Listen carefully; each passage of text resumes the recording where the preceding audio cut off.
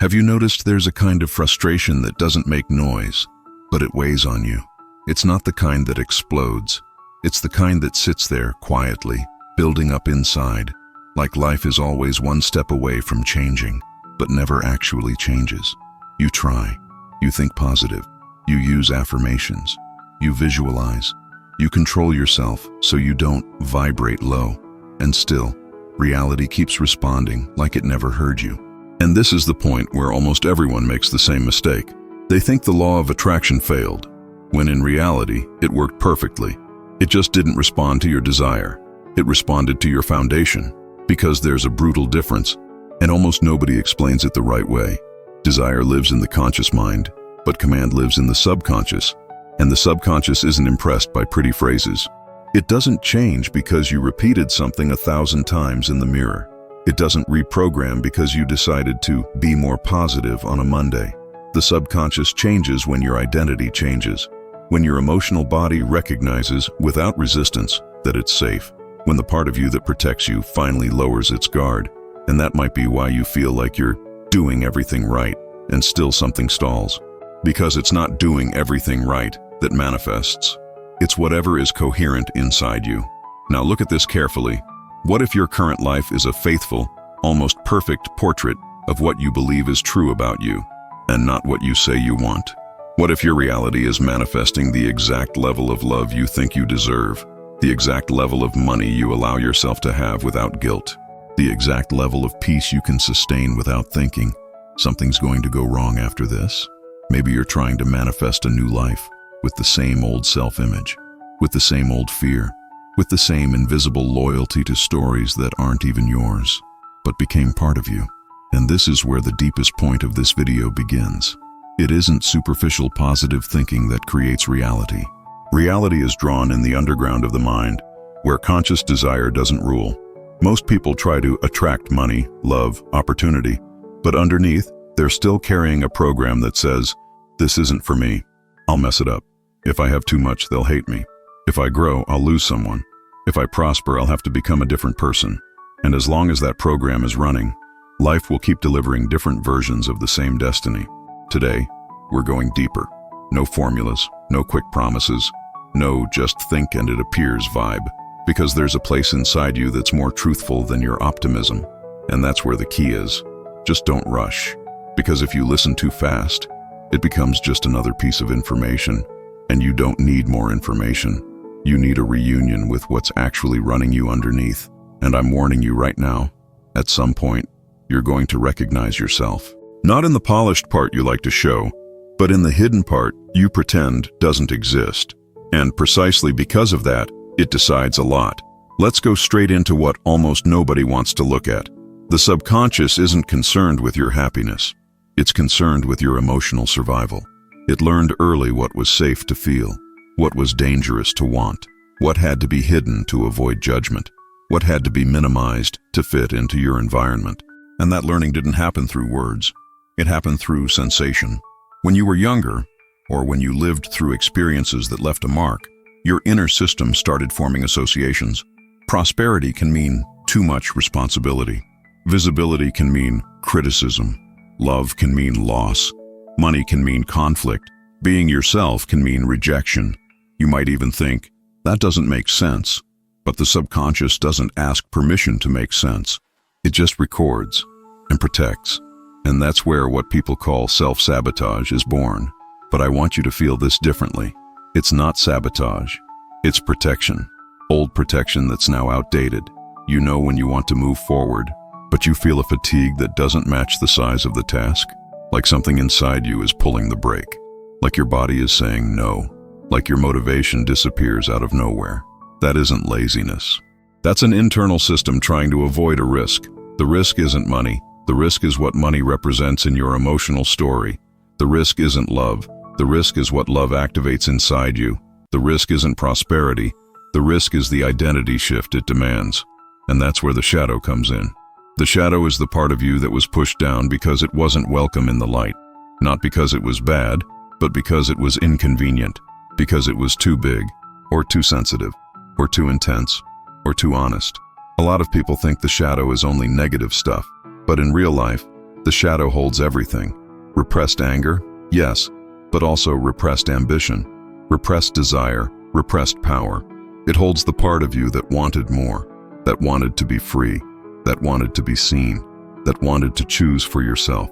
And the more you try to be nice, evolved, positive, light, the more you push the shadow into a place where it can't be integrated, and what isn't integrated becomes fate.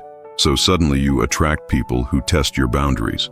You attract situations that keep you lacking. You attract opportunities that almost happen, then collapse before they solidify. You attract instability because inside you, instability feels familiar. Let me ask you something that might sting a little, but it's honest. What in your life keeps repeating in different disguises? Maybe it's money that comes and goes. Maybe it's relationships that start intense and then turn into anxiety. Maybe it's the feeling of being almost there and then falling back. Maybe it's the fear of succeeding. Yes, fear of succeeding, because success changes your place in the world. And if, back then, changing your place in the world meant losing love, losing protection, losing belonging, the subconscious won't allow it. And here's the deepest point. You don't manifest what you want. You manifest what you can sustain without feeling unsafe. Sustain money without guilt. Sustain joy without waiting for punishment. Sustain peace without thinking it's the calm before the storm. Sustain visibility without self-punishment.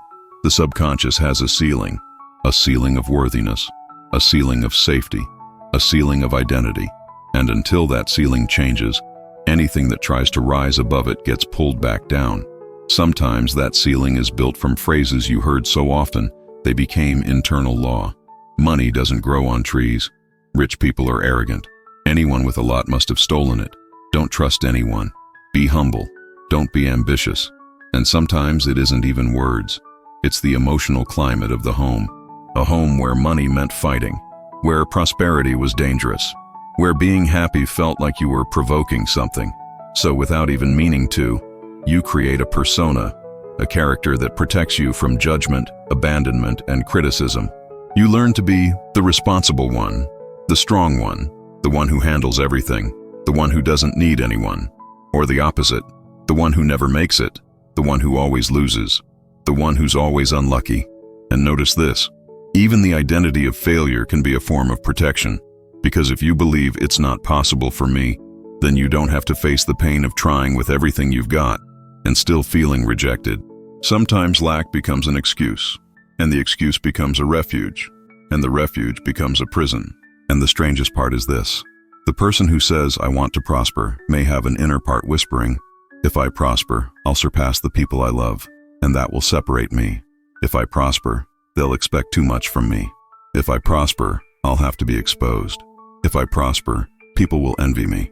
If I prosper, I'll lose my identity as the one who struggles. And life obeys that whisper, not because life is cruel, but because it's faithful. Now breathe, because this might feel heavy, but it's actually freeing. If your reality is shaped by subconscious beliefs, then it isn't luck, it isn't punishment, it isn't the universe ignoring me. It's programming. And what was programmed can be reprogrammed.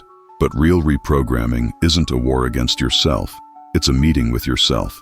Now let's talk about reprogramming in a way that actually changes something, not the kind that becomes one more frustrating attempt. A lot of people try to change the mind from the surface, but the mind doesn't change through pressure, it changes through meaning. You don't abandon a limiting belief because someone told you it's limiting. You abandon a belief when you realize, through your whole body, that it no longer makes sense for who you're becoming. And to do that, there's a passage almost nobody wants to walk through. The passage of looking inward without romanticizing and without condemning yourself. Most people live as if they have two lives, the life they show and the life they feel, the life of the persona and the life of the shadow. The persona wants to look okay. The persona wants to control the image. The persona wants to be accepted. The persona wants to be admired. The persona wants to manifest, because that also becomes a way to prove worth. If I manifest, then I'm capable. But the subconscious doesn't obey the need to prove. The subconscious obeys the need to protect. So reprogramming begins when you stop trying to prove and start trying to understand. You begin to notice there's a you inside you that's tired of being pushed, tired of being ignored, tired of being run over by positivity speeches. And that you usually shows up in ways you don't like: procrastination, compulsions, anxiety, self-criticism, fear, low energy. But what if instead of fighting that, you saw it as a message? Because every inner resistance is a warning. You're trying to go somewhere without taking with you what you left behind. Symbolic reprogramming happens when you relate to your mind like it's a territory with stories. Some parts are sunny, open, easy. Other parts are basements. And basements exist for a reason. They store what wasn't resolved.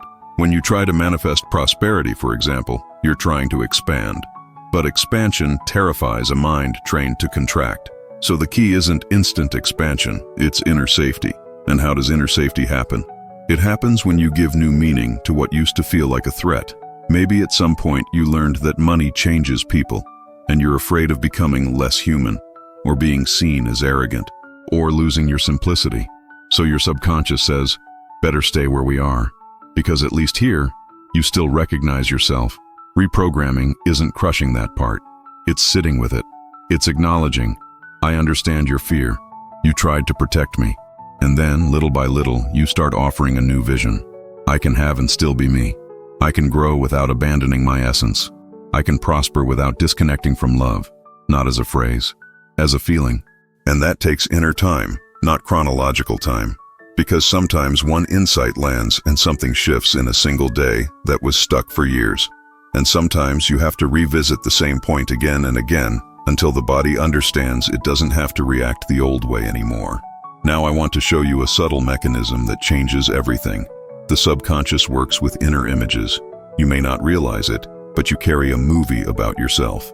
A silent film that's always running. How you see yourself, how you think others see you, how you believe life works. If in that movie you're always the struggler, you'll keep attracting situations to struggle through.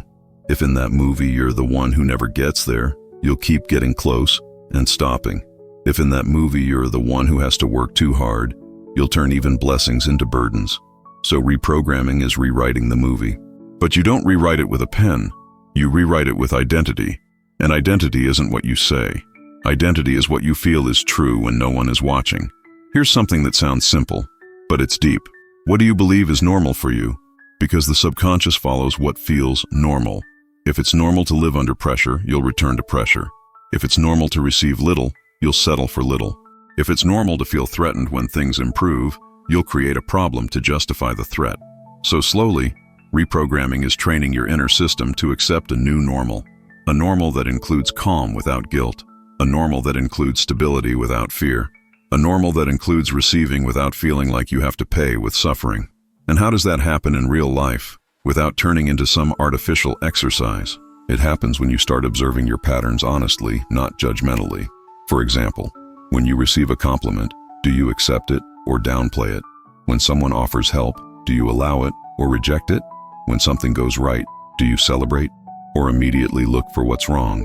When you rest, do you permit it or punish yourself? Those small reactions reveal the program. The program reveals the belief, and the belief reveals the wound asking to be integrated. What changes your reality isn't repeating "I am rich" 1,000 times. It's stopping the feeling that you have to defend yourself from life. And that only happens when the shadow stops being the enemy and becomes the ally. Because the shadow holds energy, trapped energy, compressed power, desire that got frozen. When you integrate the shadow, you recover energy, you recover presence, you recover coherence. And coherence is real magnetism. A coherent person doesn't beg for opportunities. They don't force. They don't move in desperation. They move with a calm that attracts. And calm isn't passivity. Calm is the absence of inner conflict. Now imagine what that does to money, to work, to relationships, to health, to decisions. You start saying no with less guilt. You choose with more clarity. You exit repeating cycles. You stop selling yourself cheap. You respect your time. And almost inevitably, reality responds. Because life always responds to your inner position, not to your speech. And here's one more point, maybe the most confronting. A lot of people want prosperity, but they have an emotional identity built on scarcity.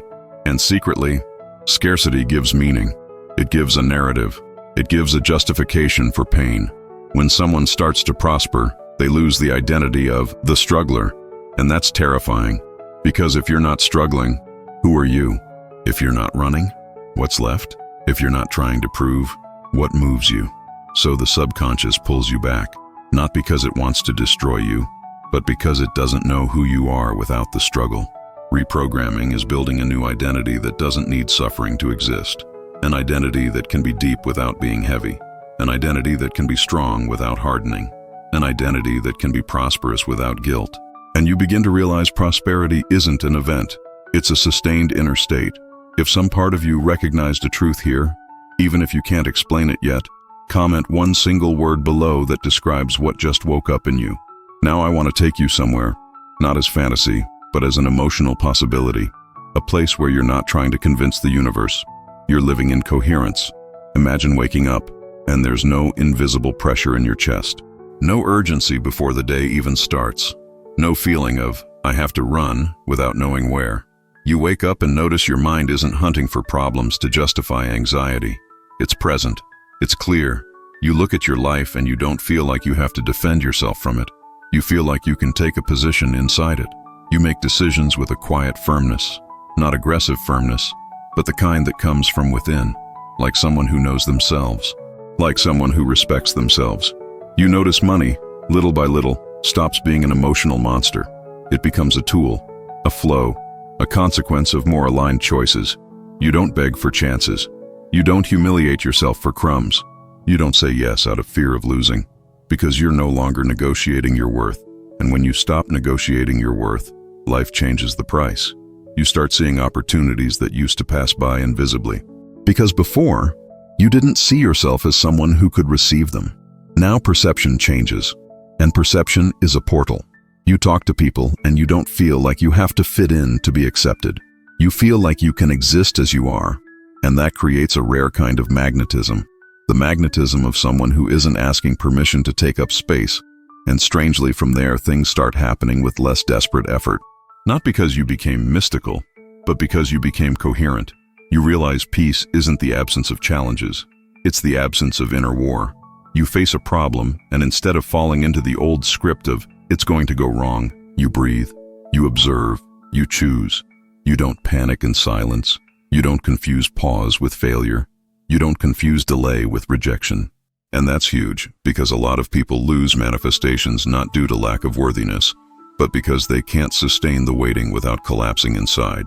When your subconscious is reprogrammed, you don't panic during the process. You don't need to control everything.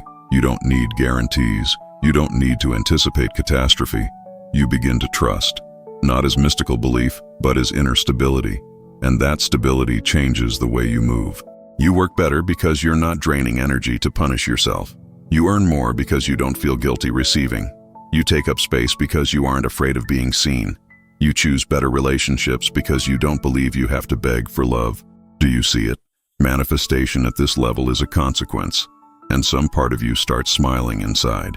Not the euphoric smile that lasts one day, but a steady smile, like something in you says, I'm leaving the cycle.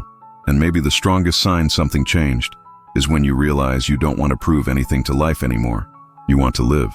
And when you truly want to live, life starts meeting you somewhere else. Now, before we end, I want to leave you with an invitation that isn't outward, it's inward. Sometime today, without rushing, notice one simple thing. What sensation showed up in you when you heard the word prosperity? Was it hope, doubt, fatigue, disbelief, anxiety? A yes, I want it, but with fear? Because that sensation is a map. It's the path to the belief that's quietly running underneath. And over the next few days, pay attention to the small details, because that's where the subconscious reveals itself. How do you react when things improve? How do you react when you receive? How do you react when someone recognizes you? How do you react when you rest? You don't have to force anything. Just notice. Just listen to yourself honestly. And if this video helped you see something you couldn't see before, even if it's just a crack of awareness, stay here, because the next video continues this exact journey, moving past the surface and touching what truly creates your reality. Subscribe to the channel to walk with me, turn on notifications so you don't miss the next chapter, and share this video with someone you can feel is trying to think positive, but is exhausted from feeling stuck inside. Sometimes a person doesn't need more motivation. They need more truth. And truth doesn't hurt to destroy. It hurts to set you free. And if you made it to the end, maybe it's because there's a part of you ready to break the old script. Not fast, not by force, but with depth. I'll see you in the next video.